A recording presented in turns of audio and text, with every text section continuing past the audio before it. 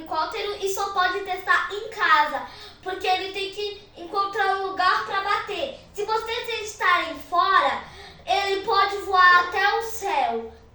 Então, a gente...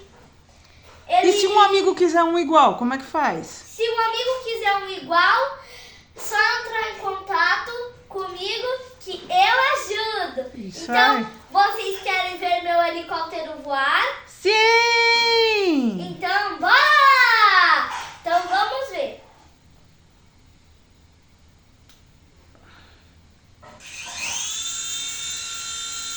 Não põe um dedinho aqui, tá bom? Posso soltar, mãe? Pode. Põe a mãozinha embaixo que ele sobe. Ele tá descendo.